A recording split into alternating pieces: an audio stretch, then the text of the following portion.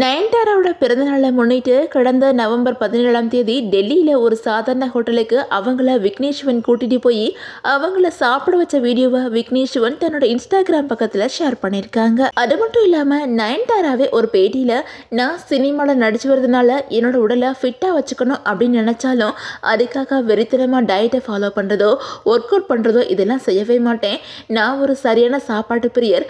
Local தள்ளுவண்டி கடையிலேருந்து hitech hotel வரை போய் சாப்பிடுவேன் அப்படின்னு சொல்லிட்டு தன்னோட டாக்குமெண்ட்ரியிலே சொல்லியிருந்தாங்க. இந்த நிலையில அது எந்த அளவுக்கு உண்மை அப்படிங்கிறத விக்னேஷ்வன் வீடியோ எடுத்து வெளியிட்டிருக்காங்க. அதாவது லேடி சூப்பர் ஸ்டார் நயன்தாராவோட பிறந்தநாள் நவம்பர் 18ஆம் தேதி கொண்டாடப்பட்ட நிலையில நவம்பர் 17ஆம் தேதி ஈவினிங் டெல்லியில் இருக்கிற காக்கிடா அப்படிங்கிற ஹோட்டலுக்கு விக்னேஷ்வன் நயன்தாராவை கூட்டிட்டு போய் சாப்பாடு வாங்கி கொடுத்துருக்காங்க. பரோட்டா கலக்கி அப்படின்னு சொல்லிட்டு வெரைட்டி டிஷ்களை நயன்தாரா அடிச்சுன்னு இருக்கிற வீடியோ தான் இப்போ சோசியல் மீடியால வைரல் ஆகிட்டு இருக்குது. இந்த வீடியோவை ஷேர் பண்ணின விக்னேஷ்வன் ஒரு கேப்ஷனும் கொடுத்திருக்காங்க. அதுல அவங்க கடந்த பல வருஷங்கள்ல இதுதான் ஸ்மாலஸ்ட் பர்த்டே ஈவினிங் செலிப்ரேஷன். இந்த பர்த்டே ஈவினிங் டின்னர் உண்மையிலேயே ரொம்ப சந்தோஷமா இருந்துச்சு. தனிப்பட்ட முறையிலையும் மிக நெருக்கமாகவும் அதே மாதிரி ரொம்ப ருசியாகவும் இருந்துச்சு.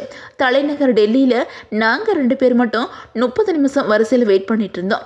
அதுக்கப்புறம் தான் எங்களுக்கு ஒரு அருமையான சென்டர் டேபிள் கிடைச்சிச்சு.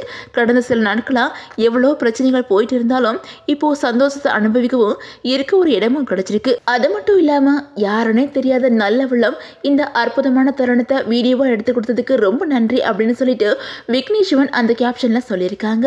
அந்த வகையில நயன்தாராவோட திருமணம் மற்றும் அவங்களோட வாழ்க்கையை பத்தின ஆவணப்படத்துக்கு தனுஷ் NOC கொடுக்காதனால அவங்க மேல கடுமையான விமர்சனங்களை முன்வச்சு நடிகை நயன்தாராவும் அவங்களோட கணவர் விக்னேஷ்வனும் சேர்ந்து கடந்த வாரம் ஒரு நோட்டீஸ் வெளியிட்டு இருந்தாங்க.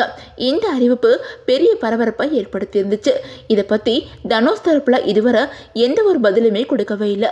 இதுக்கிடையில தனுஷ் நடிச்சு இயக்கி வந்துட்டு இருக்கிற இட்லி கடை படத்தோட தயாரிப்பாளர் ஆகாஷ் பாஸ்கரன் மேரேஜ் ஃபங்க்ஷன்ல தனுஷ் நயன்தாரா 2 பேருமே கலந்துக்கிட்டாங்க. அந்த திருமண விழாவில் 2 பேருமே ஒருத்தருக்கு ஒருத்தர் பார்த்துக்கிற சூழல் வந்தாலும் 2 பேருமே அதை தவிர்த்திருக்காங்க.